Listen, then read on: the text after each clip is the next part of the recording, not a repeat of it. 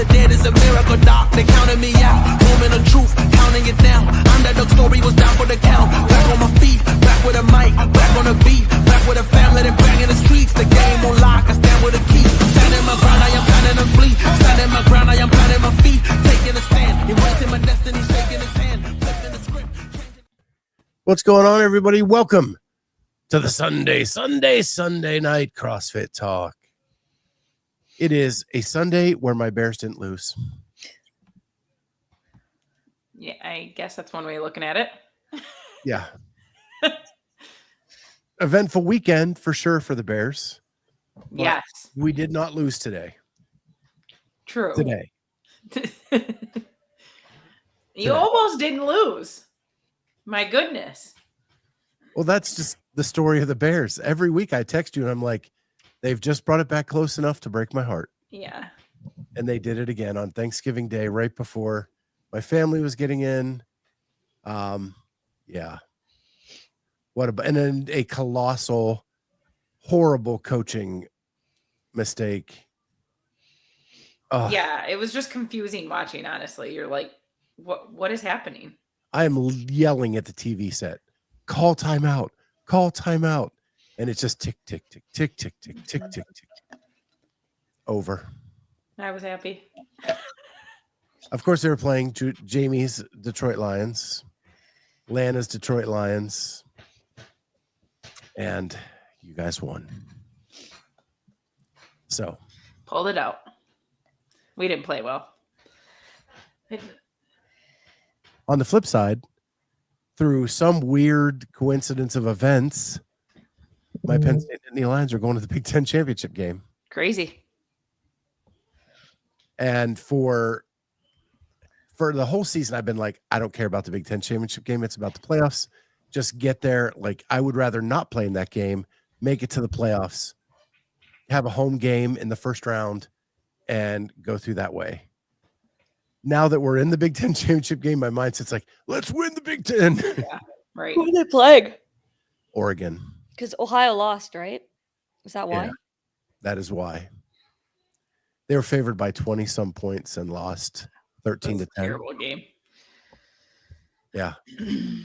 So because of that, Penn State gets in. They take on Oregon. It's 1 versus 3. Pretty big matchup. The winner gets a first round bye in the playoffs. Loser's probably still in. Yeah. And with a decent thing. So, Carolyne, you played in the Big Ten. Are Big Ten championships a big deal? Well, now the Big Ten is not even the same as before. Like, there's so many freaking Big 18. yeah, like the Big 20 now. I don't like the way that it's separated, though. I don't think the divisions are normally like very fair. Because like There are no Wisconsin did it divisions. a lot like through, and sometimes they just had a good. They got to avoid playing. Let's say I don't even remember who's on the Wisco side, but I just remember it wasn't like that. So they eliminated the divisions now. Okay, because I haven't followed as much like the Big Ten championship stuff. I normally just care about like the bowl games, like the Rose Bowl, the Orange Bowl, and Yeah, now it's just the top 2 teams, regardless of where they're from. that's better. Except for the strength of field then plays a factor. Yeah, so it did in a tiebreaker because Indiana and Penn State had the same record. So then it was strength of schedule. Yeah. And strength of schedule. Penn State had a stronger strength of schedule. They get into the Big Ten championship game. Indiana still in the playoffs. So, wow. Yeah, Lex says, I can't believe it's December 1st. It's crazy. Really? Not ready. So, how was your guys' week? It was all right. I'm trying to remember what happened this week. We did Thanksgiving with Aaron over at Aaron's mom's. That was nice. Good food. Yeah, I did all the cooking this year. I'm sorry. It was a lot. It was a lot.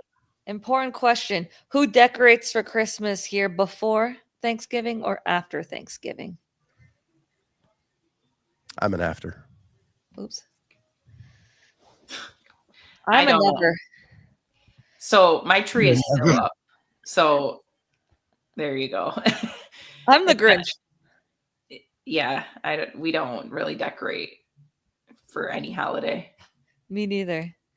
But like when Lex was here, like she made sure everything was like for Christmas. Like I don't even spend Christmas here at my condo, so I'm like, I don't care to have a tree, all the decorations, because I need to put them in storage after, and it's like, nah. Yeah, with Julie's surgery coming up, we're doing bare bones this year. So we did like a couple outdoor. We did wreaths on the windows. We did some garland around the front porch. I have 2 spotlights that shoot up like green and red lights. We'll do that, and then indoor we'll probably just do a tree. Have you guys been eating a lot of leftovers from Thanksgiving? Way too many.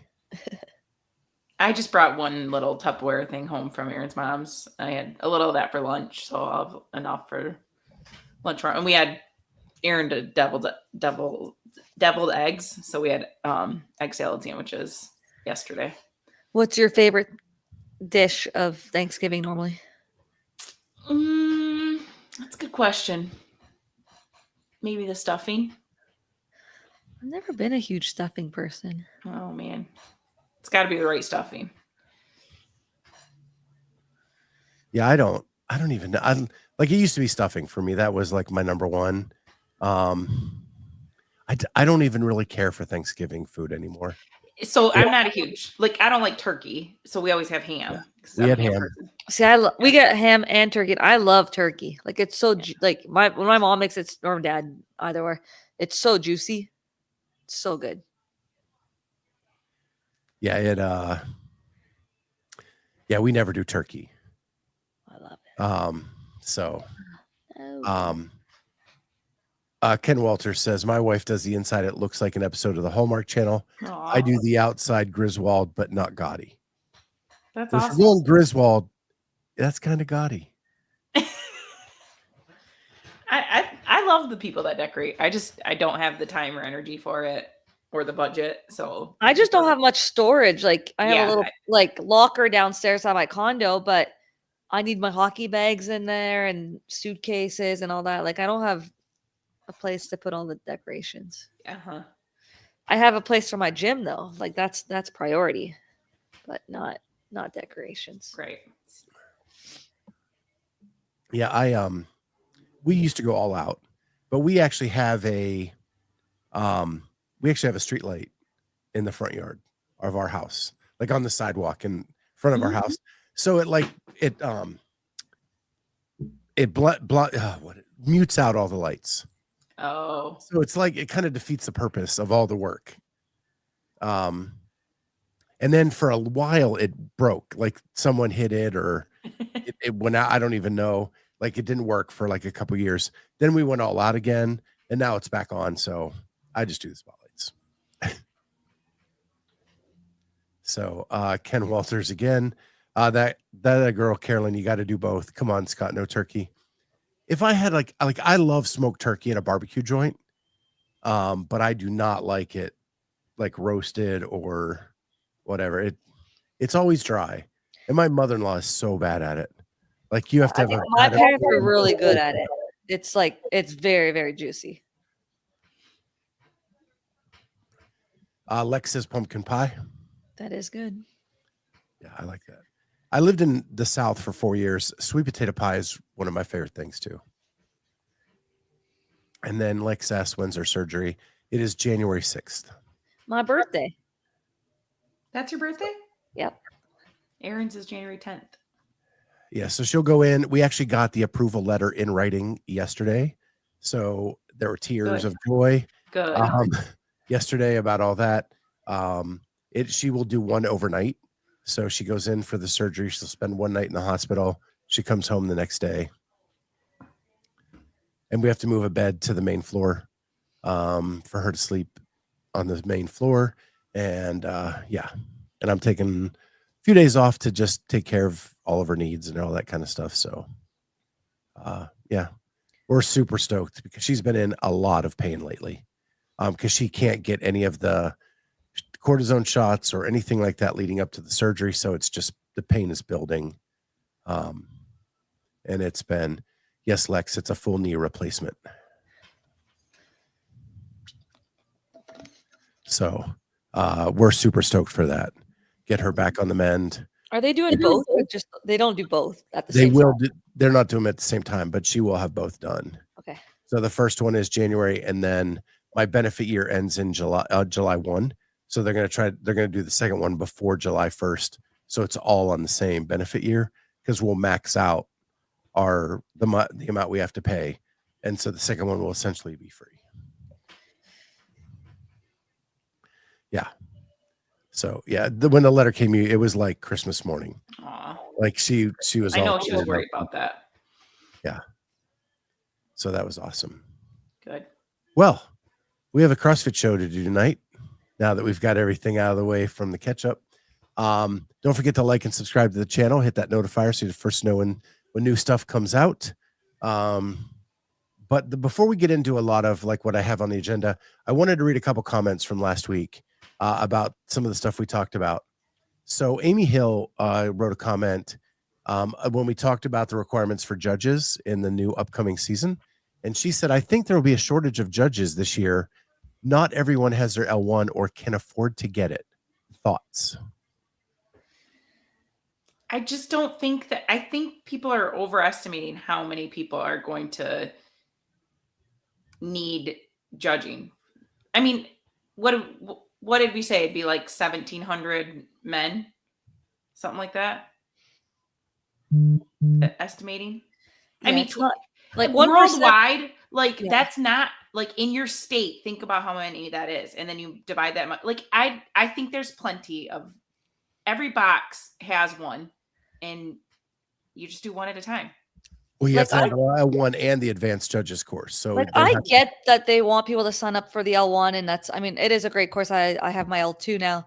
I mean, for a few years, but I don't know how that makes you a better judge having an L2 or L1, because you're just looking at the points of performance. Like, are you keeping your mid, like you're not actually judging the movement, you're judging the points of performance and like understanding movement, versus a judge's course that you're actually assessing good and no reps.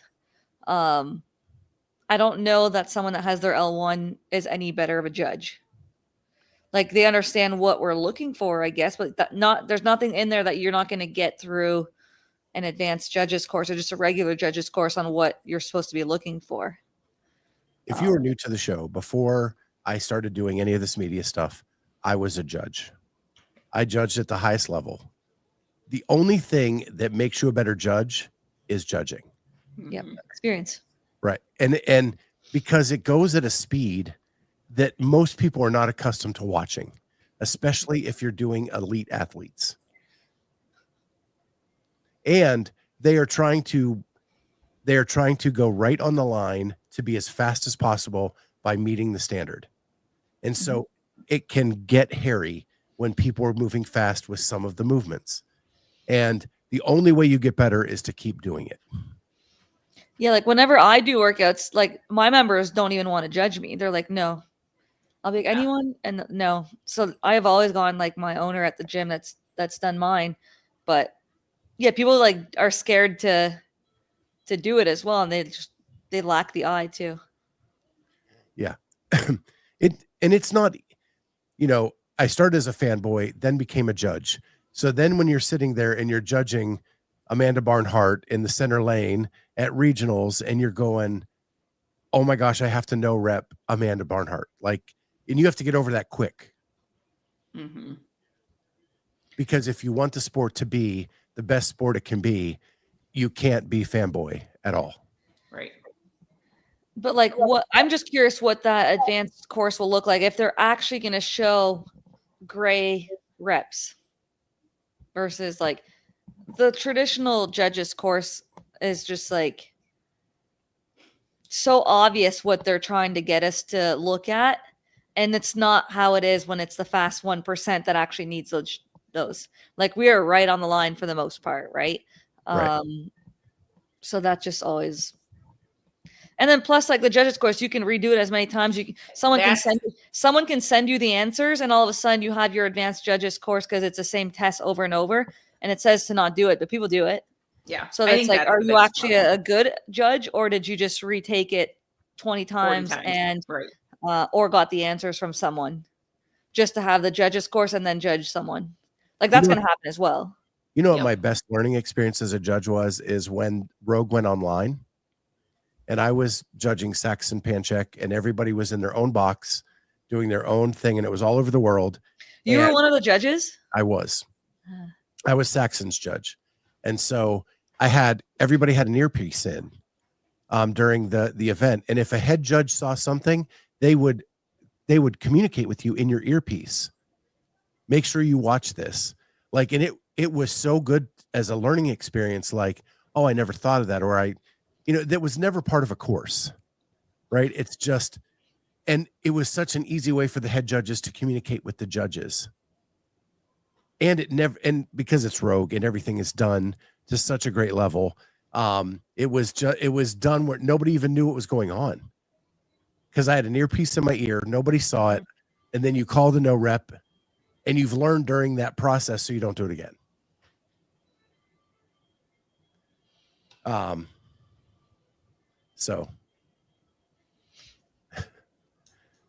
And Lex says everyone shares answers. You can go on Reddit, all the answers are there. Yeah, so I don't know. Like I think the level 1, while I think it's a great course to take, I don't know that it's very valuable for being a good judge. It's just an extra income for CrossFit. But I do like the course. Like it's like it's a bad course to take. To Amy's question though, you don't think it'll create a shortage of judges in the season? Because the only ones that really need the L1 is that 1%, right? Right. Well, they're judge, yeah. The rest of them, they can just continue to get judged by someone that has the judges course. So I don't foresee it being a huge problem for the 1%. The people that are the 1% are normally should be pretty serious with their training, where they have access to someone that would be able to do it. Yeah. Ideally. We have 4 L1s in our gym, 2 L2s, 2 L1s. No, 5. So I have 5 people that need to take the advanced judges courses, and we do not have 5 people that will be moving on. And like technically now every affiliate requires an L2 for the owner, not necessarily the coaches, but like, so if you hopped into an affiliate, I mean, you as an athlete, if you might have to pay for someone to take their advanced judges course, just so that, like, it could be something that athletes might have to get someone to do. Yeah. So our next comment was from Travis Tango 1207. From what I can tell, not much changes, if anything, for divisions other than the elite, correct? The in-affiliate is just another name for what was in place prior for other divisions to get them to the games. Sanctionals are not hard to understand. To me, it seemed pretty clear. Also, is on the broadcasters to make it clear for those not following what is happening at other events. Also, all sanctionals had their own qualifiers that people had to go through to participate before also. So that's a lot there. Yeah. I think the sanctional stuff, we don't really know how that's going to work. We have no idea. No idea. Like, is there an actual limit to it? And then what no one's talked about is who's programming for these sanctionals and which camps program for it and who's going to have the workouts before. That's like, I haven't heard anyone talk about that. Like in the 2019, there were so many and no one cared because so many qualified through the open and national champions. So the sanctional year really, like, it didn't matter. But if you're cutting it to 30 spots, people who will program those, if you don't think that people knew before what the workouts were with the small team of CrossFit in the leagues, there's going to be camps that know exactly what those workouts are for sanctionals. 100%. And I bet they even get access to the list of people interested to go to the places. And all of a sudden they're like, oh, these people are going to be going here. Don't register here. Like, there's going to be so much more information for certain people. It's on who you know. That's what I think. Yeah. It will be a who you know. It'll be a who's got the backing, the money to get to these. Like, the thing is, like, I feel like, was it Danny that said she likes this because she's got sponsors that'll send her to all 8, however many pop-ups. They'll be willing to send her to all of them. Yeah, that's a great opportunity for somebody like that. For somebody not sponsored that can't get to any of these venues, and can't travel, can't take, like, it's not great. Yeah, it's a rich person sport, really, at the end of the day. Who does this full time to travel and pay all these places and stuff. But like, to me, when CrossFit at least programs all of it, everyone's gone through the same route to some extent, or although there are leaks every single time, I still think that, I don't know, maybe there's less leaks, even, sadly to say, with CrossFit than if it's like, how do you control who programs those workouts? That's all. Like, there's too many, I don't know. Yeah. And there's only 30 spots. It's not like there's 100 and something spots going on and no one cares. And people are going to China and any sanctional that was there. Like, it's going to be different when you're fighting for 30 spots versus 50 and more. Craig Pasley says, Caroline, it was cool to see you kick the heavy bag badass IG video. Thank you. Well, for those of you who missed it, we can bring that up. Hopefully. I was like dreading doing my second workout, so I saw the bag was on the floor and I put it up. Ooh. If you don't know, one of my first interviews with Caroline, I learned that she was a Taekwondo junior Olympic champion, right? No, not Olympic. I got second at Pan Am's. Pan Am Games. But you were national champion. Yeah. National champion in Taekwondo. Yeah. I don't have the same speed as before, but it's fun to kick around.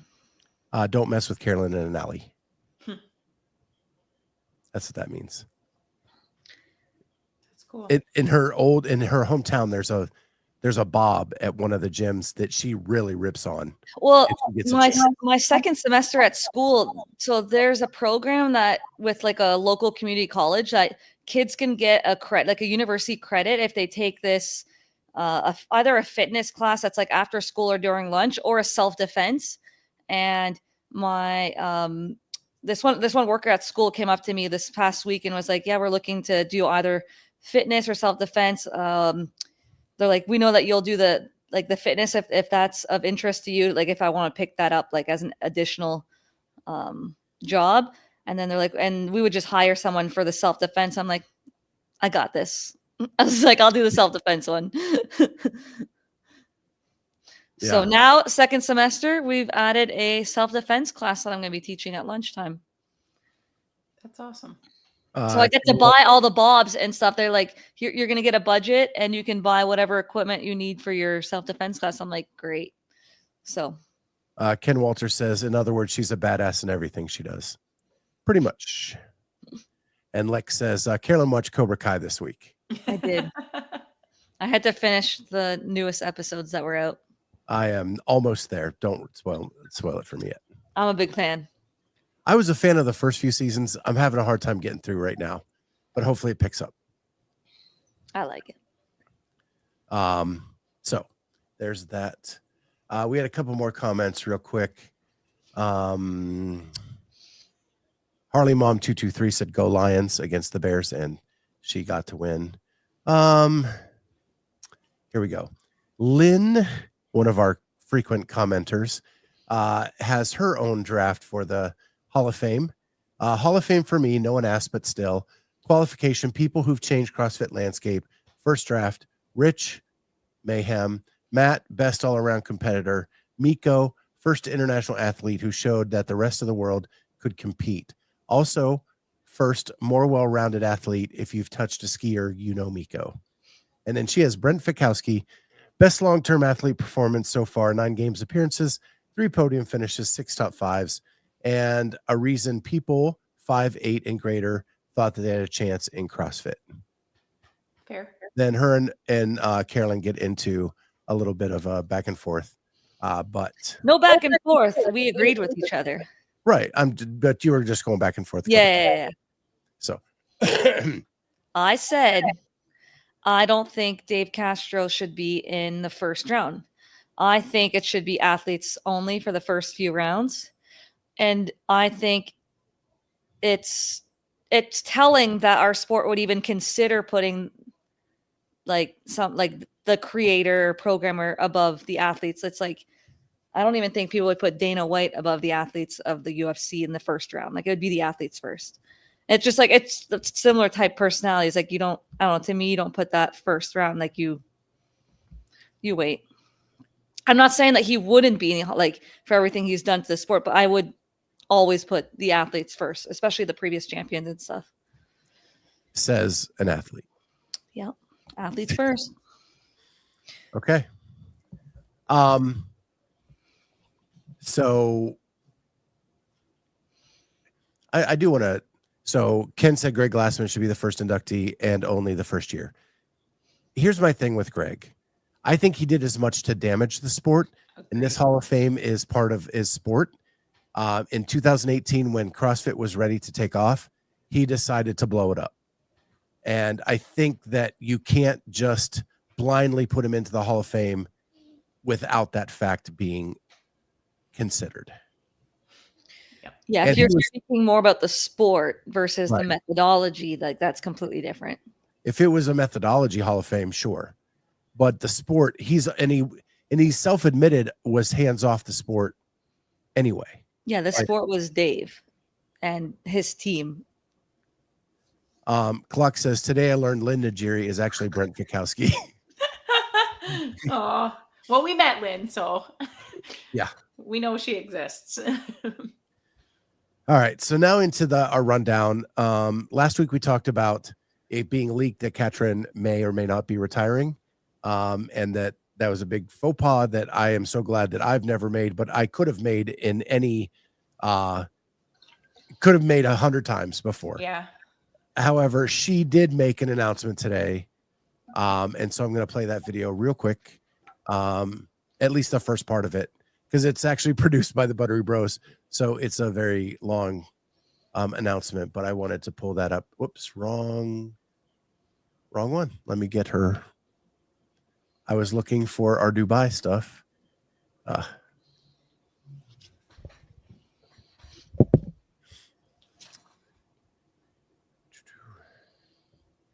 And did it get taken down? It's probably that first one that's pinned. Okay. I'm assuming. Okay. I've been thinking about this moment for a long time, and I can't believe I'm about to say this out loud, but I've decided to retire from competing in CrossFit. I'm happy. I got to wear the leadership for a little bit. Do you want to get this on camera while it lasts? It's been the greatest adventure of my life. This sport has shaped me into the person that I am today. It's introduced me to people that I know will be closest to my heart for the rest of my life. And it's taught me lessons that I know will stick with me forever. Twice I've stood on top of the podium, and twice I've failed to even qualify. And yet through it all, I've learned what true success means to me. So we'll just leave it at that. I think her story of falling off the rope and then coming back to win the games may be one of the most inspirational stories that CrossFit has seen in its history. And she became a 2-time champion, multiple-time podium finisher, and icon in the sport. And in a few minutes, we're going to go through the Women's CrossFit Hall of Fame. And because now she's retired, she is officially a nominee. So we can discuss her validity for making the Hall of Fame or not. But at this point, congratulations to Katrin. You brought a lot to the sport. She brought a lot of eyes when CrossFit was on its ascent. She was at the head of the pack. And the last person to beat T at the games. That's right. So Pretty awesome career. Yeah, I mean, she definitely was one of the ones that inspired me when I first started CrossFit, because it was around the time, like 2013, 2014, that she was just, getting to where she was at. Like in 2015, she won her first games, in 2016. So like during those years, like I remember competing against her in the East regionals when we had combined regions, because before that it was Canada East, and then we went in 2015 and it was like one big region. And it was the first time I got to compete like against her, like in person. And I just remember like seeing her and knowing that she was the champ, and like it was like almost like starstruck as like a younger CrossFitter. Like you didn't think that like being a games athlete was even possible. And then you're like next to her in a heat, and I was like, act cool, and then I remember like having her picture like with me with like a weight vest, like as like my background for so long. It's funny you say that, Carolyne, because with all the semifinalists I've interviewed over the years, so many of the female semifinalists say, I can't believe I got to line up next to Katrin. Like it is a story that has echoed through the years. And you saw the picture a couple years ago with Hannah Black and her at West Coast. And I think that kind of tells that part of the story, that she did seem to give back to the younger athletes at times during her career. Yeah, definitely like one of the legends of our sport, and one of the more inspiring ones, I think, because she was the face like for those years when CrossFit was just blowing up, social media wise, and like Netflix and stuff like that. So yeah. Got anything, Jamie? No. One last memory is one of the open announcements in 2017 was here in Columbus at Rogue in the factory, and she showed up for it. And when she walked in the building, the place went as nuts, if not more, for her than anybody that was competing on the floor. It was crazy. And Lynn says, oh, and the doc of her talking about her granny and how she cheered the loudest for her. And then her granny passed away. And that was a big story too. That was pretty amazing. I found the picture that was my background for a while on my phone. It was this one. I was just next to her. That's awesome. That's awesome. And it was like a small, like she would never remember that, but like I remember seeing that picture. I'm like, oh my God, I'm tagged next. Like you just don't, like I didn't even have the dream yet of making it to the CrossFit Games. I didn't even think that was like possible yet. So it was cool. Yeah. So great job, Katrin. Congratulations on an awesome career, and you deserve retirement. And it looks like her and Brooks are having a blast, and they're probably going to continue to do so. Yeah, they've been all like traveling a lot last few years, I feel like. Yeah. They have that play thing at World, Play World. I don't remember. Yeah. Yeah, I know you're talking about. So leave it to Clock to bring the sour note to the party. And he said that's what he does. I can't forget Katrin pouting under the pegboard, a truly great event in games history, refusing to give it a real go. That was one of the epic finishes in CrossFit Games history. Her and Sarah and Tia all trying to figure out that and how to play the game. And if strategy is part of winning, she strategized that part. Yeah. Yeah, if there's no minimum work requirement, then like you're playing to that game, right? I mean, it's CrossFit says she was our first champ who was inspired by a previous champ. I think that it'd be tough to say, because the early years when CrossFit was online and then it became the party at the ranch and some of those early champions, I'm sure that who they were going up against online were inspirations to get them to where they were. But in the modern era, like 2009 forward, you are correct. Yeah.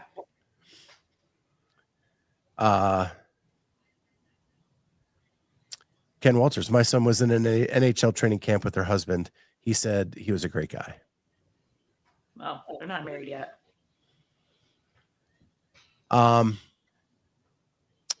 So next up is I watched right before Thanksgiving the Carolyn Lambray interview with Tommy Marquez. I was really curious to find out what she was going to say about all the stuff that came out. And it was really a fascinating interview because I think she was completely honest and transparent about her thoughts in the upcoming game season. She admits that there are things that are happening that they don't agree with, and she didn't want to speak for Jeff. She said that multiple times. She's not speaking for Jeff. She's speaking for her. But a professional CrossFit Games athlete has a short window to make a living. And that money is really a major component as to what will happen for them moving forward. And I've said, follow the money, and that's where things are going to happen. And those who need the money are going to go where the money is. And that's why some people continue to compete as well at the CrossFit Games. Absolutely. Correct. You cannot fault them for that. No, they're trying to make a living. Right. How many of us don't like our boss, and yet we show up for work every day because I need to pay the bills? You know, it's not utopia. It's not what we want, but sometimes it's just the fact of what it is. Yeah. So, yeah, I really liked it. They're taking a wait and see attitude to see kind of what the other details are, is kind of the impression that I got. Did any of you guys see it?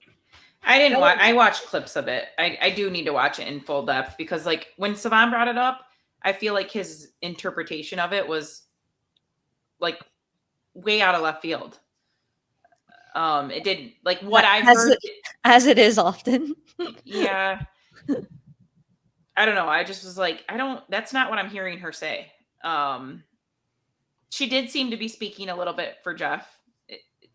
I don't know. I mean, she may have said she wasn't speaking for Jeff, but the clips that I saw was like, we need this. And I'm like, kind of are speaking for Jeff.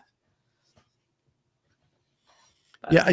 I just appreciate that she was honest through this tough time. Yeah. And what that they're looking at. And she said, I know everybody thinks money is evil and money is dirty and but it is a major player in the decision making. What surprised me from the interview was when she did speak about money, right? Because when certain athletes didn't compete, it was above the money. It was above everything. It was the, not competing for the company, I guess, of who was, negligent in the drowning of a fellow competitor, right? And in this interview, I thought it was interesting that she talked about money being a factor. And it's just like, it just brought me like thinking, like reflecting on what happened at the games. I'm like, well, certain people or the CrossFit company did a business decision, just like she's going to do a business decision. It was like, yeah, I guess it made me think about that perspective, like the other perspective as well, like why people, continue to compete, or CrossFit doing what they had to do for their business. Meanwhile, like it can be a completely different way for other people. Like the money didn't matter for some people, and it was more like the principle. I just thought that part was interesting because I didn't think that she would say that. Because to me, they competed without the money being a factor at the games, and now for the following season, it would money be. is a factor. Yeah, like do you know what I mean? They were. Like, he stepped away. Like money wasn't a big deal. Yeah, but it is a big deal now. And yeah, I know. So in that sense, but there are so many unknowns. So like I appreciate like her interview, and I always respect a lot of her opinions in the space, and love Jeff as well. So yeah, there's just so many unknowns with the new season and the other option too of whatever that would look like. So I think they are, you know, waiting for more information and to make a more reasonable, like smart decision, I guess. And I think it's okay to have two different decisions, right? In that moment, right there, as it happened, the money didn't mean as much. Mm-hmm. As you step away, and now you're looking at the rest of your career, maybe money means more now. Mhm. And it's okay for you to feel both ways. Yeah. And like Ken says, like people like mourn differently. I didn't watch the whole thing, so I don't know. But did she say that he was at least going to do the open and then no? See, I would have at least liked to seen her say, you know, we'll start the season and we'll see how as more information comes out, because we don't have a whole lot of information about the sanctionals and what opportunities there are there. Well, but she know. didn't say he wasn't doing the open. I know. Yeah, she just kind of said that she's waiting for more information. And I mean, I'm assuming more information will come when registration officially opens, but probably not. If CrossFit doesn't have a prize purse announced, I think that's a big mistake. Yeah, Aaron and I were talking about that too, because it just says it's tied to the registration open, but like, what if a record number, 500,000 people sign up for the open? It's not going to equate to whatever that is, 100, I don't know. What is that? 100 million more in prize purse. Like, they need to be very, and I know they won't be transparent, but they need to be pretty darn clear about like what percentage of the open registration goes to the prize purse. Is it 30%? Is it like, nobody knows? I think she talked about that too, right? If I remember, or maybe it was another interview I heard. Yeah, I can't. Yeah, there's just no information. Like the CrossFit article or whatever that they posted, like literally was a bunch of nothing. Well, what's going to happen is you're going to have like, if we happen to have the same registration sign up, if it's 300,000 and it looks like a pretty decent prize purse, and then it comes to games time and they announce it's a like $500,000 prize purse to be split amongst, you know, like people are going to be like, this doesn't make sense. But that's the thing. They're not ever clear about their games budget. But this is why people have such a trust issue 100%. with CrossFit, like the company, because rules change. Mm-hmm. Some rules apply for this, not for this person or this, you know, and there's just a big lack of trust for many things. Yeah. Yeah. Just saying that it's tied to the open registration is not enough. They need to be very, very clear from the get-go with, you know, 30% of your fees. And maybe they can't say that because they like, you would maybe need to be like, you know, if with a minimum number of signups, we'd be looking at this, but like they've got to have an idea. Yeah, because they would know. I mean, I would assume that they would know what the cost of putting on the games would be. Right. Well, and I'm not saying that they owe us to tell us exactly what there's like, how much they spend for the games and what they need to give for prize money, but some sort of bare minimum would help athletes make decisions that are on the fence about what they're doing. Here's the deal. They're a private company. They don't have to tell us anything. I just think it's a mistake if they don't. It will be a mistake. I think they will lose more competitors if they don't. That's all. I agree. What that number is, I have no idea. But they're going to lose more if they don't say what the prize purse is. CrossFit needs to just basically create a High Rocks event that just travels everywhere, but it's more CrossFit-y. And just sell that. I don't know. That would be because High Rocks is so much running. Like if you had an event that could like a mass participation, not the open, but one that would like travel and it's the same all the time. I think that would be cool. We'll save that for another show. Yeah. I think that's a much longer discussion. All right. So I think Dubai is this weekend. Is that when it starts? I believe it's this weekend. Yeah, that seems right.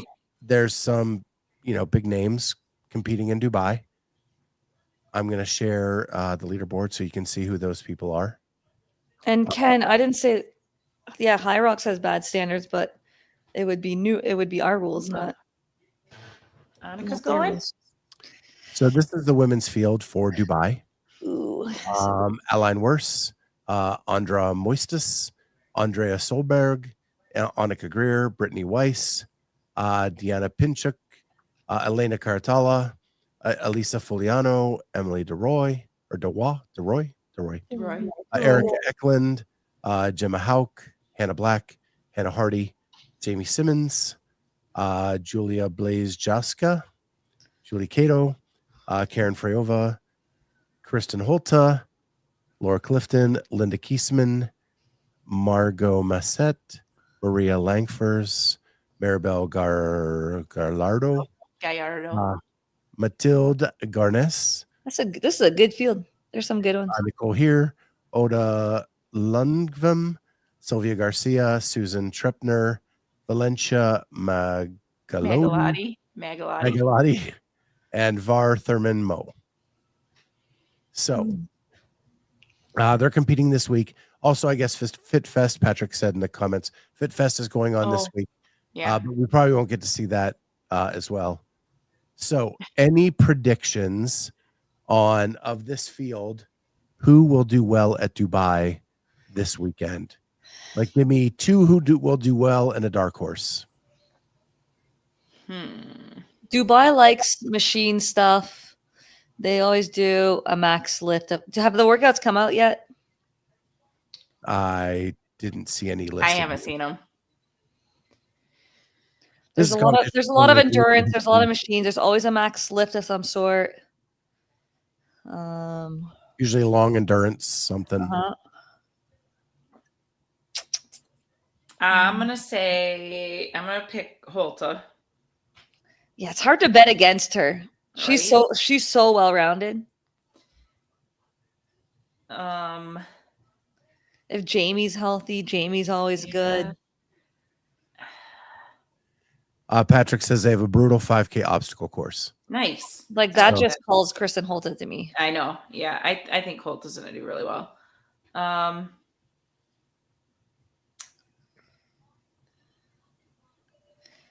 I think Emily DeRoy could do well. Fuliano can do well. Mm-hmm. Corinne's always a good one. I would say Frey would be up there. She'll probably podium. So my two are Mathilde and Karen Freyova. Past podiums they've got some already from Dubai. Right. And then my dark horse will always be Annika Greer. Solid choice. Yeah, I just don't know with the running and like if there's this 5K obstacle and machines. Yeah, exactly. Someone said that there's a biker 20 minutes. Like that's not in a good. Yeah. That wouldn't be a good event. I wouldn't think for a smaller athlete like Annika. Like that would be, a Corinne Freyova. I think Brittany Weiss will do well. She'd be my other one. Patrick has Mathilde, Karen, and Britt. Yeah. Ken Walters, Jamie Simmons just keeps going. Yeah, she sure does. What is FTP test? Is that the name of it? CrossFit said Annika will get close to winning, but either forget to sign a scorecard or lose on the final event. Yeah, she's done well at comps, at all of the comps that she's gone where like the pressure of the game, there's no pressure of the games here. She's well-rounded. I think if she can get past whatever this bike test is, I think she'll do fine. Functional threshold power. Functional. Lynn says she's very biased towards Hannah Black. Love Hannah Black. But she needs to work on her high skill gymnastics for sure. I think someone like Fuliano will be flirting with the podium. Lynn says it's 20-minute max effort damper 10 bike workout Yeah. or max watts. Yeah, that's gonna hurt someone like Fuliano, someone like Annika. Yeah. But someone like Kristen Holta, I still think would do Oh, well. Like I think she Kristen did will do really great. well on the bike. Like I know it's not the same thing as a biker, but she always did well on the bike at the games. Always up there. I think she won the 1 year on the bike. Was it the crit event? She Yeah. won. I think the difference is like Holta's not necessarily the biggest, but her legs aren't short on her as opposed to Fuliano and Greer. They both have, that's what makes them faster squatters. Holta's got, I would say, like legs more like mine. All right. Well, let's go to the men. On the men, my favorite is just trying to read the names. Alejandro de la Guardia Santana, Andrea Fedotov, Anestis Artemis, Anthony Chevalier, Ben Fowler, Benoit Boulanger, Bronislaw Alinkowitz, Callum Clements, Gabby Castro, Georges Caravis, sure. Grzegorz Mariskiewicz, Iori Marinchenko, Jake Douglas, I like that one. Jan Arn Finkenberg, Lucas Hoos, Luis Selar. Brian Friend would be so mad at the way that you're I pronouncing all know, the names. this is hilarious.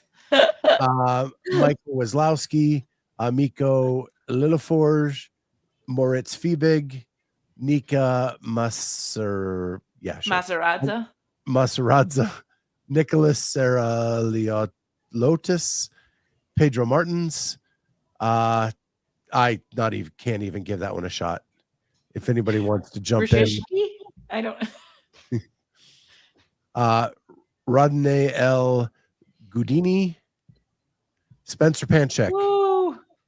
Tiago Luzes, Toby Buckland, Tola Morakinyo, and Victor Helsinghoff.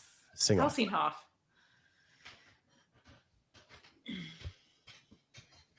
All right. What are your picks? Some good ones in there too. I like Man. Moritz Fiebig. Yeah, Fiebig will do good. Out of this, I'm trying to think. So I can't remember who won that. Was it Moritz? No, it wasn't. Do you remember who won it was Moritz? Yep. Oh, okay. And Luca got third? Yep. Yeah. Luca will be in the mix. I But think Luca could be like third. like third. I think he'll be third or fourth. Yeah. Moritz, I think, will be a podium. I don't know. Spencer's tough to root for. Has he like gotten in shape since? I can't pick him. I'm a big Spencer guy, but that. Yeah. The Nika guy, Brian has talked a lot about him as Yeah. like Mm-hmm. a bubble. Maserati. Yeah, like making it through. So, and I think I Lynn- saw I Patrick think Clark Tola's talk about good. it. Lynn, good I'm pick. not choosing, but Tola, and then Moritz and Clements. I would say Tola and Moritz, and then Is this where Tola had not won his spot like for the sanctional, the 1 year where he qualified in 2020? Was it out of Dubai? Do you guys remember? I do not remember. I thought I it was do out not of Filthy remember either. 150. Oh, maybe it was Filthy 150. I'm trying to remember. I'm going with Moritz and Benoit Boulanger. I was just gonna say Benoit. And Benoit's been doing really well. I Yeah. just think he's just a little bit too fresh. I think he needs another year, and then I think he's going to be right there. Patrick Clark says it was, but they took it away. Yes, yeah, I do have a good memory Yeah. for this. I'll go Luke as my third. Yeah, I like it. So that's Dubai this weekend. Hopefully they're streaming some stuff. I'm sure Patrick knows. He can throw that in the comments if they're streaming this weekend.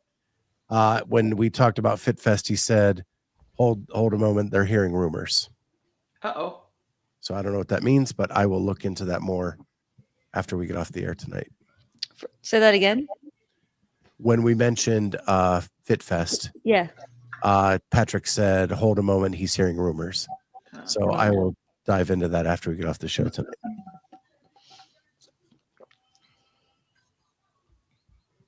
So I was excited for that last year. They seemed to like really hype that up, and then I feel like it didn't get like the coverage that it should have had. You couldn't follow what was going on. I mean, they had huge names there. Seemed like a cool idea, whole smorgasbord weekend. Dubai is streaming on the Dubai YouTube with Brian and Lucy Campbell. Nice. Yeah, I love that they're giving Lucy some commentator stuff. She was great last time. Yeah, I like her. She was. And she She's finally done- lost on Around the Whiteboard, so she doesn't have that commitment anymore.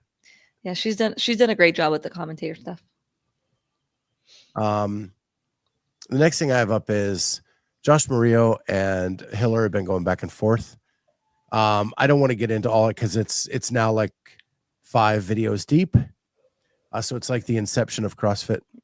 Yes. But a couple things that came out of it I just wanted to talk about. And Josh is really talking about that we need, or not we, but CrossFit needs to get into where younger athletes are and convince them that they should be to want to be the fittest on earth. Like we've got to get younger athletes to do that. And the way to do that is to get into high schools and colleges. And so my question is, Carolyne just so happens to run an affiliate that is housed inside of a school in Canada. It is an official affiliate through CrossFit. And I wanted to ask her, you have an affiliate there. What kind of impact does that give your kids in wanting to be the fittest on earth? Or is it just part of the curriculum or like a club that they enjoy doing?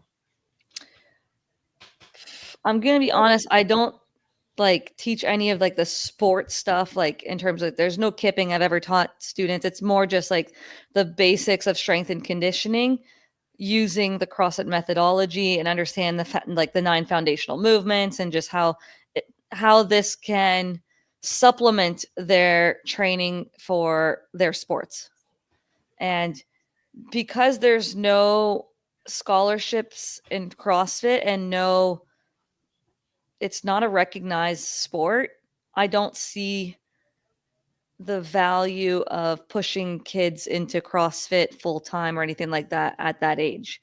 I want kids to be using CrossFit to improve their GPP for general physical preparedness for any of the sports that they're doing, and teaching them just how to move properly through like full range of motions and stuff like that. But to say that I am even talking about like CrossFit in terms of the sport and competing, I've had a few of them do the open, like every, here and there. It's always hard to run the open because it's always on March break for schools. So it's actually impossible to do because you can't actually judge them for like a week, almost a week and a half, a lot of times in March.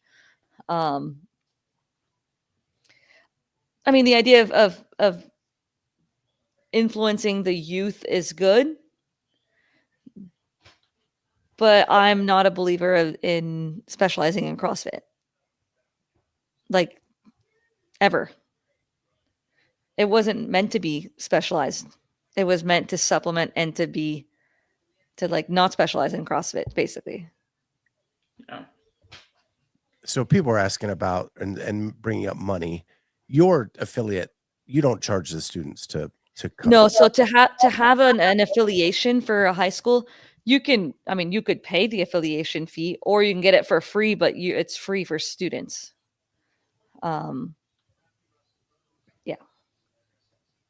Yeah. Patrick says, might help if Teen Division actually got a prize purse or an incentive to compete, only division that doesn't get prize money. But back then you couldn't accept, I don't know what the new rules are for like NCAA, but like I know as an amateur, you weren't allowed before in order to have a full ride scholarship, you can't accept any money, like any prize money from any competitions until I think like it was like after university. It played with your scholarship. So I don't know if that's the reason that there's never been money for the youth, but with the new NIL deals and different stuff like that, I wonder if any of that has changed. There, yeah, I think we're in the Wild West now. Yeah. But I think that it's still a road that maybe some are afraid to navigate until we have actual rules behind it. Yeah, I think I guess I don't know, but Ken says in high school you still can't. And I thought that was the case. And so yes, and those people are all in high school. I mean, it goes to 17. So yes, you're still in high school. The NCAA used to allow prize money as long as it was less than your input cost. Now you can. Yeah, but that doesn't apply to them. I totally get where Josh was coming from.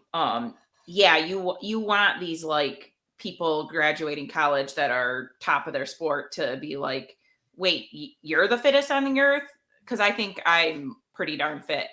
And it's like the same thing with Hunter, right? Like you need like big time athletes, big names wanting to be like, no, I think I can challenge you for this. And it was so poorly done in the Hunter situation that it pretty much ruined it for anyone else stepping up to try to challenge. They never gave Hunter a chance because of the elimination. Well, that's exactly it. Like they invited him the 1 year that.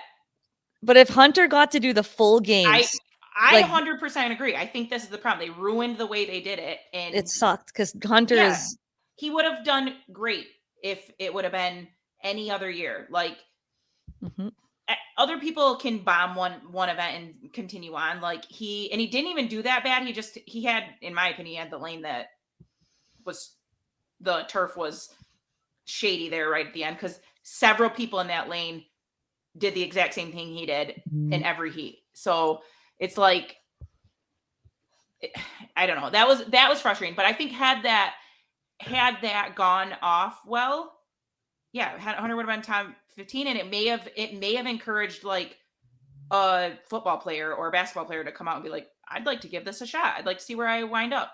But I think the high, like there's a difference between the high school age where I don't think they should specialize and there's no actual road to a scholarship or a professional type sport right now as it is. Most people making it are through sponsorship, but the ex-athlete is interesting what Josh is saying because that's how a lot of us in our generation started. Right. And there is a hole there where athletes graduate, they're starting to work and they lack that competitive outlet. Like there's that hole that you go through 4 years of competing, you're in great shape, and all of a sudden you're on your own for your training. I know it happened to me. And you're looking for that next thing that's going to keep you motivated. And those athletes after university, that, they're 22, 23 for a lot of them. Like, we're not saying the fittest on earth right away, but those are the athletes that can enter our sport or our gyms in general. Now, just to say that, they're going to be challenging for the fittest on earth. No, it's going to take years, but they do have a great background of training where that transition is much easier. And like they have that competitive spirit already. So I do like that idea of grabbing those athletes coming out of university where they've graduated and all that. Like that's a different crowd of athletes than high school, where I think CrossFit should be introduced in high school. People should know what CrossFit is, but it's used to help them get to, national teams or university with their sports. And not specializing.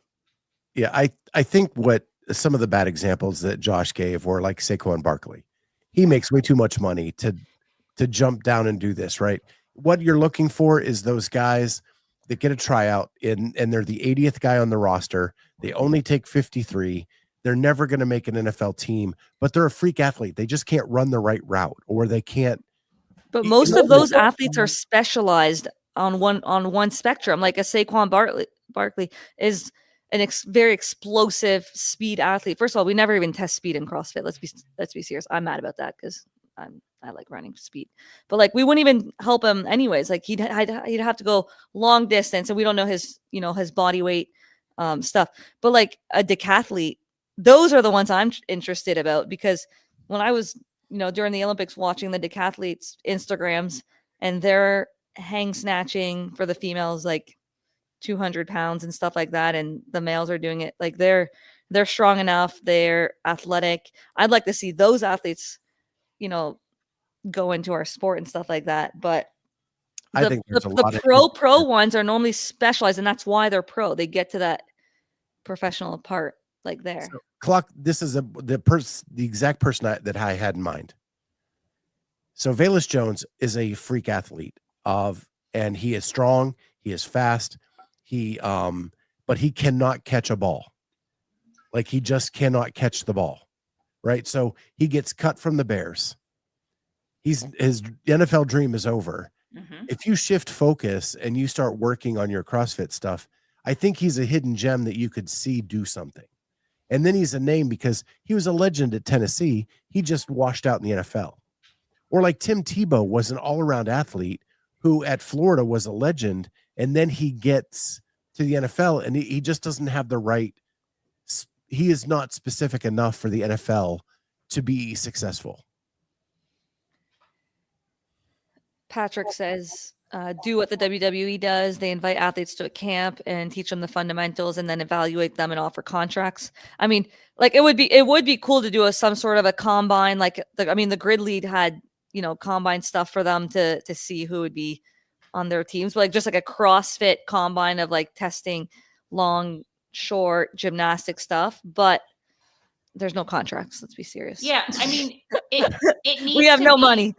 It needs to be the games, and you need to every year. You need to like. I think. I mean, if you really are choosing to go down to 30 athletes, I feel like they need to reach out to 2 to 10 athletes from different sports and like offer them to come to the games and see where they stack up. That's the thing. Until like, these huge names come over and just line up on the field with these CrossFit athletes, they don't really even understand. And I don't, and even the world doesn't understand. Like you need someone to not just come for 2 events. You need somebody to come for the whole weekend and go get on the line every event and walk away and be like, damn, those people really are extremely fit. And like their people's sports will have watched that and been like, well, shoot, I think I'm fitter than him at this and this and this. And like, it will bring people to come try CrossFit more seriously. But like, if every year, like 8 sports send 1 athlete, it would be huge. All right. We have to put a pin in this because this can go on for a while, but we've got to get to the Hall of Fame. We're down to our last 20 minutes. So we're skipping everything else on the rundown. We'll come back to it next week. But before I do want to show this one thing. CrossFit is advertising their L1s on social media. I don't know if people saw that this weekend. It's the first time ever I've seen that. I am going to. So here is one of the things that they showed. So this was on Instagram today. CrossFit Level 1 2-day course. Learn more here. And it is an advertisement. If you go to CrossFit's Instagram page, it is not there. This is coming up in people's feeds as an advertisement that they are advertising this in a way to do it, which I thought was awesome. We bag on CrossFit a lot for things that they do. This, I think, was a good move. It's super timely with announcing that you need an L1 to judge. I'm sure that kind of thing is already in people's searches. So this is popping right up in their feeds if they searched it. Perfect.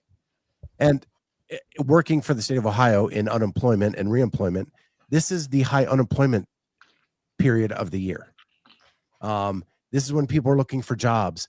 And this is something that is a way to get out of that a little bit. And so there was this one, and I'll show real quick the other one as well. which was this one. Level up your coaching and Black Friday sale. So at Black Friday, you get 15% off the online course. So pretty cool. I thought that was kind of awesome. And we have been dogging them forever on this. So on things like this, and they're finally kind of doing that. So I'll stop that. And then we'll get into our Women's CrossFit Hall of Fame. I will say that for me, just kind of going through it in my head as I was creating the graphic, I thought this was harder than the men. And you guys were fighting a lot last week. Yeah, I'm sure we won't agree again. So I'll pull it up. We'll pull the names down. You tell me if they are first ballot Hall of Famers, if they are second ballot Hall of Famers, or if they need to wait for a later nomination. We have 25 nominees for the CrossFit Women's Hall of Fame. And again, you have to be retired. The only one that's sketchy we'll get to at some point, and I'll explain because it's been a bit since she's been on the floor. But with that, we will get after the Women's CrossFit Hall of Fame. I will try to blow this up as big as I can. And it cuts off our buckets. Oh, that stinks. Okay. So here we go. I will pull the names down. You tell me first, second, or gone. Here we go. Christy Aramo O'Connell. Wait. Are you kidding me? She's one of my favorite athletes. Of all time Yeah. now. She's a personal favorite. All right. And let's pull another one. Cara Saunders. Wait. Mm-hmm. Wait on Cara Saunders? So only because I don't truly trust that she's retired. I have a couple of them that are. Yeah, like, she's still competing. Right. I have a She couple announced her retirement at the games this year. Oh, that's true. She did. That's a fact. That's true. That's Okay. true. You're right. Well, You're right. Just saying. Well, yeah. Then I don't know. All right.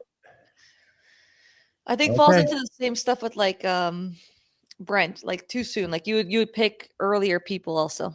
Yeah. Don't take off Lynn already. You know her love for Brent. I know. Wait. Wait. Emily Bridgers. Mm-hmm. Wait. If she could have just stayed healthy. All right. Carrie Pierce. Wait. Oh, wow. You guys are harsh. Ain't nobody getting in your Hall of Fame. Nope. Sarah Sigmundsdottir. I'm putting her Wait. retired.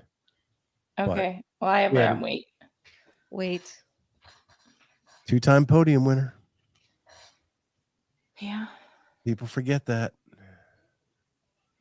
Sam Briggs. I have her Second. on first ballot. All right, we have a disagreement. Oh wait, we're going 4 on the first ballot. I know. Put her Jamie says first. Carolyn says second.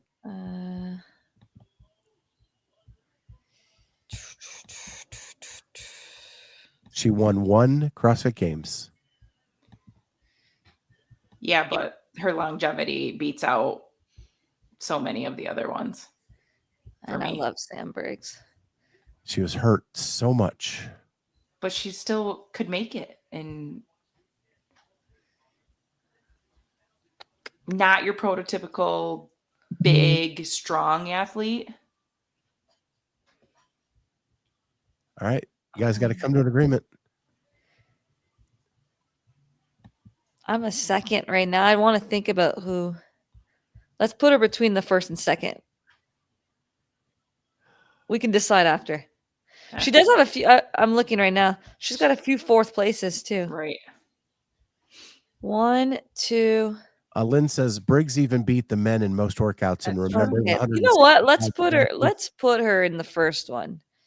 She's got a first place. She's got 1, 2, 3 fourth places. She won the Masters 1, 2. Right. She's got some 3. Masters wins. Yeah, let's I'll put her in That that first one. thruster And I workout love at- Briggs. That thruster workout at Rogue blind just kept going, and everybody else had been done for 2 rounds. Oh my gosh. That's like, that would be interesting to look at the P score, just like what that would. she So crushed that one. Sam's in the first ballot. Yeah, let's do that. All right. It's Elena Fortunato, Wait. podium winner. I would say You know- most people would not know that name. You know what's sad is I met her I saw her at Wadapalooza 2 years ago. She carrying a kid under each arm, and Oh, people had no idea who she was. exactly my And point. it made me cry because she was awesome. Elizabeth Akinwale. I Wait. have wait. She had some memorable performances. Like for moments, she had a lot. Remember, like the snatch event? She was strong. Yeah, she's Camille LeBlanc Bassinet. so I'm willing to put her in second.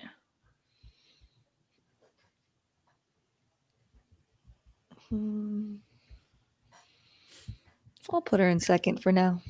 Yeah, I'm okay with I that. wouldn't have put her in at all.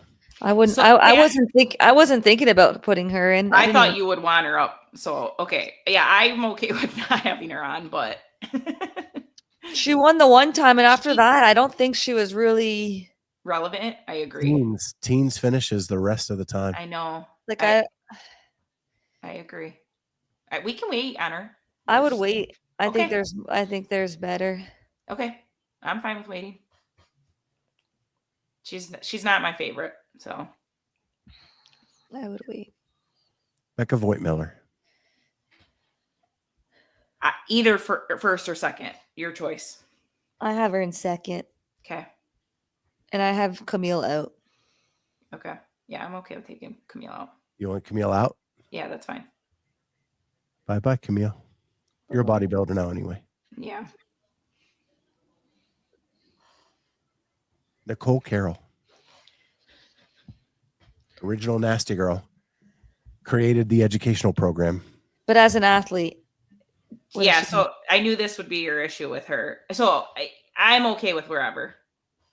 You let me have Dave last time, so if you want her to wait, I'm fine. I'm wait. I do think she's a great face of the sport, Oh, but Absolutely. Like I said, that they're like the thing that she's created with the educational department and everything. Like that's not sport. to me, it's different. Like I'm trying to evaluate the athletes right now on their careers and not like Rich had 4 wins and he was great also like for the community, but like he had 4 wins, like Yeah, well, he has more than All that. right. but- Nicole goes bye-bye. that's fine. Christy Phillips Adkins. Wait, Wait.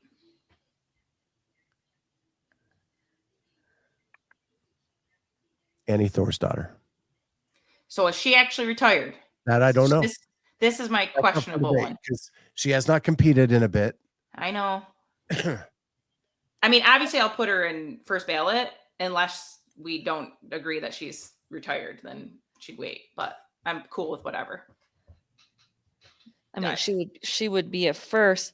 Now, like my thingy was like because she would be recently retired. If she is recently retired, would you start with some of the earlier ones first? But no, like she's No, like she's literally her longevity is To me, she's the rich. darling of CrossFit. She is rich. There's no question. Yes, like to me, she would be first. I just don't know that she's retired. I know.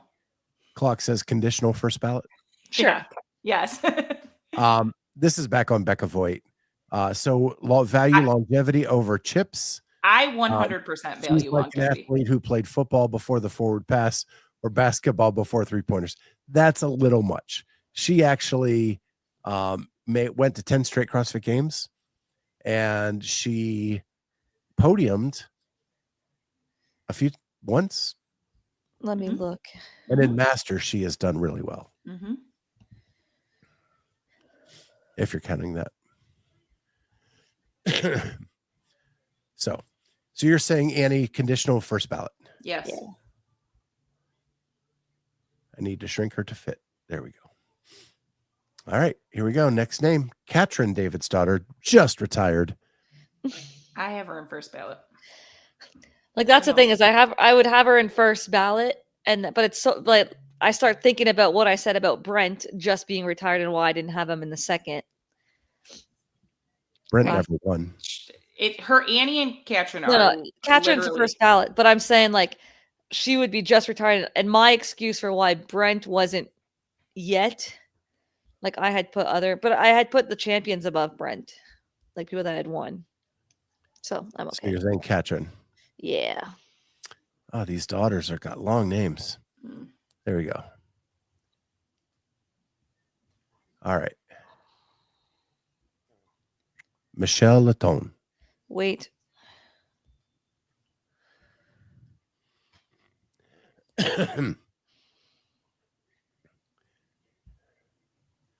Jolie Gentry, OG winner. the first wait. ever CrossFit Games champion. Wait. Wait. And then the second year, she didn't do bad. She took like fourth the second year, too. Lindsay Valenzuela. Wait. Just discarding these podium winners like nobody's business. Val Vobrel, Wait. two-time podium winner. Wait. Yep.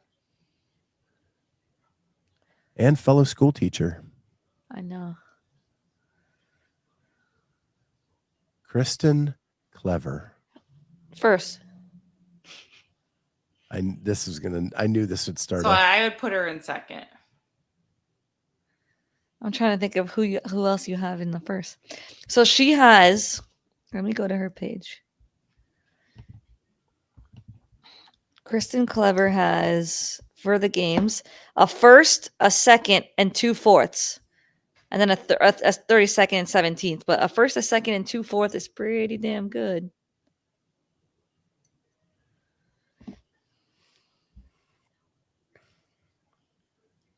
You have her in second. It's fine. First I'm or trying to second. think of who's left.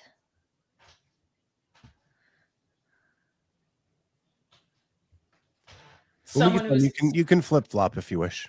Yeah. someone whose name is still actively noticed in the CrossFit space.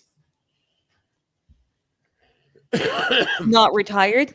Yep, retired. Definitely retired. Okay.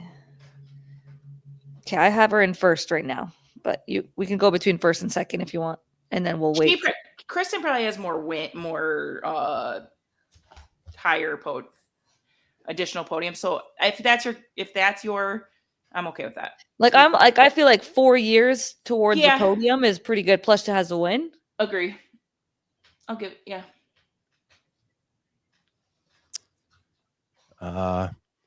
Patrick Clark says Stacy Tovar gets in for being the first brave soul to wear white booty shorts. It pained me not to put Stacy in the nomination. You don't even but she have didn't her have on a the high enough finish. Yeah. Okay. Julie Fouché. I have her as weight. Julie, That kills me. I know. can we put her in second / wait right now? Okay. I'm trying to think of.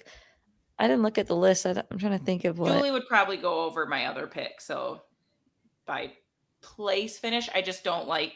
Again, I don't like Julie's longevity. Yeah, her career was so good, but short. So short, and I don't love that. All of her finishes were 5 or higher. Yeah, whatever. Let me put her in second. Just saying. Yeah. Annie Sakamoto. That's who I have in second over Julie. But I can see the argument for Julie, so I'm willing to wait. I love Annie. I do too. I think the way she's still like, yeah, I don't know. Did Annie podium? I'm trying to think. No. No, No, and so that's then the I have problem. Annie. So then I would have Annie waiting, Okay, that's fine. and I would have Julie Fouché in the second. Because Julie would be That's fine. above Becca Void for me, even though Becca has been there longer. The finishes that Julie had to me is above Becca. Okay. I'll value like higher placing over 5 years still. Annie goes away. Yeah.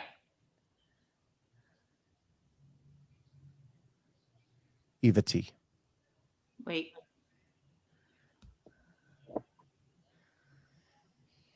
Katie Henniger. That's who I have in my second. Wait, but I love Katie. But like she didn't go to the games enough. I know she won 2009 or whenever she won. But I'm trying to separate the rogue part from It's the hard, athlete. isn't it? It's hard. Because we put it like the first champ didn't. I mean, the first champ doesn't have what Katie's done for the sport. Right.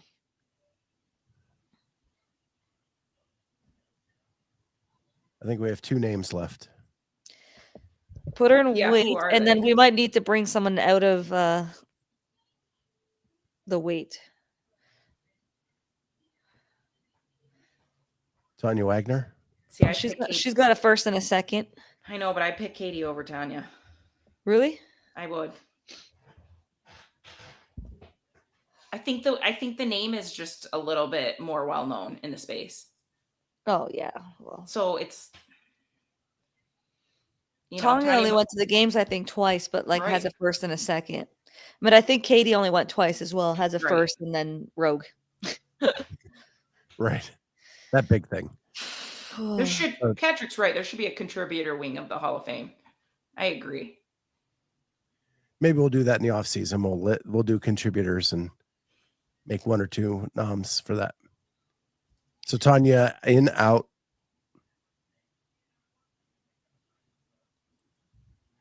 Wait, I guess. Last name, Kristen Holta. She's not retired, so that's why she's on weight for me. She's still coming. Goodbye. She retired from the games 4 years ago. Yeah, but she said she's coming back. All right. But I agree. Holta's What was your source? her saying that she's coming back. In the Masters? I would assume that's what she's saying. She's coming back to compete in. She didn't say. She just said she's making like gonna try to compete again. What are Becca Void's finishes? I need to go look at that. I'm putting Kristen over here for now. Okay. I do want to answer this. Julie over Pearson Carr. Carrie is arguably the greatest U.S. women's CrossFit athlete. I have argued forever that is not true. I believe that Julie Fouché is the greatest U.S. women's athlete. Her every finish she had at the games was top 5. That is really hard to beat. Yeah, I don't know. She just didn't have. I don't know. She decided to start her medical career. I know. Gail just don't Sayers made think it it in the was- NFL Hall of Fame, and he retired after 6 years. I would take Becca out and put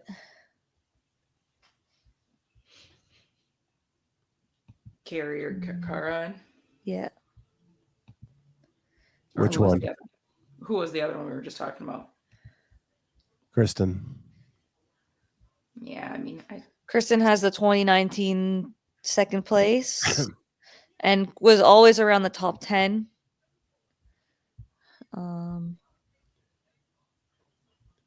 So, Ken, it's not a popularity contest.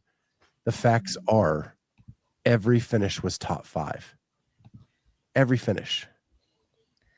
I want to look at Carrie. how many years did she compete? 4? 3? 4? 4 or 5. I just don't know that the strength. The early wins for me just don't do it, and so like people who that like Carrie, So Carrie I had like Cara. a 21st, a 5th, a 10th, a 6th, a 5th, a 3rd in 2020, and a 37th. But that's because of COVID that she didn't get to qualify or didn't get to compete, the 37th. So that doesn't even count. She would have done very well Well, the third is because of COVID, because there was only 5 people there. Yeah. And then the 5th, 6th, 5th versus Julie. What was Holta?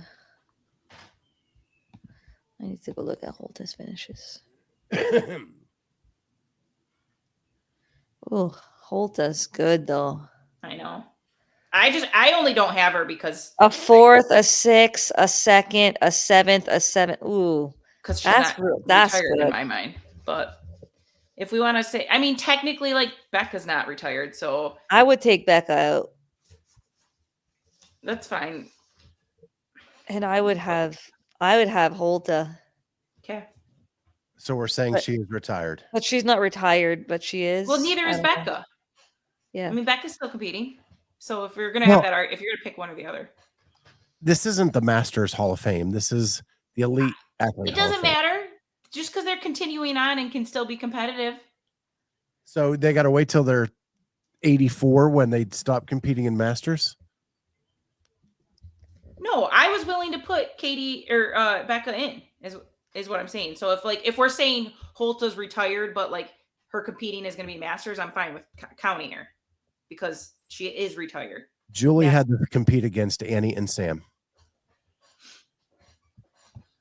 And Clever.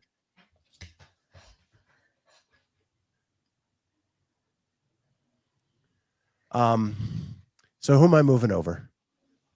Kristen Holta. I gotta find her in this mess now. I mean, really, like if we're going off of wins and stuff, then like Katie Henniger would go wait until next time, and then you would probably have like Holta and Cara, or not Holta and Carrie Pierce.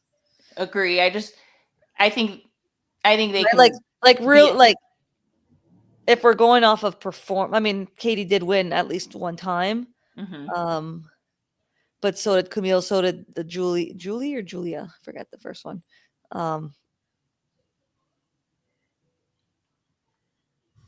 Yeah, we don't want to vote Camille in.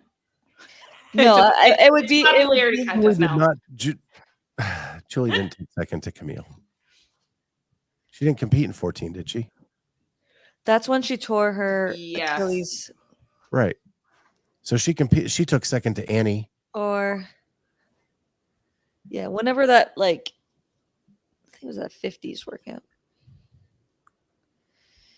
She was beating Annie in 12. And then she failed on some handstand push-ups that Annie passed her. That's Julie, by the way.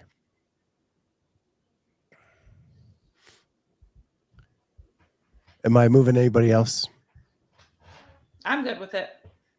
I think there's about 3 or 4 that would be like right on the line but are more recent, so they could wait till the next go. Cara would have won if it wasn't for her neck True. against Camille that year. Yeah, 14, the neck. It was the neck, wasn't it? It was like the She was handstand so walk ahead. one, and then her neck was hurting because she was winning the 2014 games.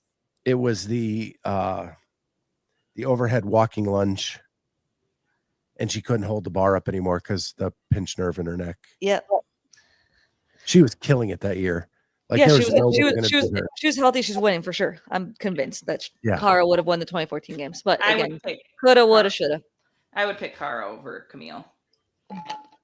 We don't have Camille in there. I know. All right, we good? Yep, I'm good with that. All right, so to wrap it up, first ballot Hall of Fame, according to Clydesdale Media, is Kristen Clever, Katrin Davidsdottir, Annie Thorsdottir, Sam Briggs. Second ballot, Katie Henniger, Julie Fouché, Kristen Holta. If you And we guys have a whole different, bunch. if you guys have a different for the people in the comments, post it in your in the comments, and Yeah, we'll look read at it next week. Yeah, Lynn, let's hear it. Yeah, it's fun to read the comments to these things. So if you have something that differs from our voting panel, put that in the comments. We'll read it next week and make your argument as to why. And we'll discuss if we'll take your argument or not. All right. With that, it's been fun. Don't forget to like and subscribe. hit that notifier so you're the first to know when new stuff comes out. It's always a blast hanging out with you guys on a Sunday night. Tomorrow I'm interviewing Tristan Patrick just about the upcoming season from a coach's perspective and what that looks like to him at 9 a.m. Central Time. So bright and early in the morning on a Monday. With that, check that out. And with that, we'll see everybody next time on the Clydesdale Sunday night CrossFit Talk. That is Sunday night CrossFit Talk. Bye, guys.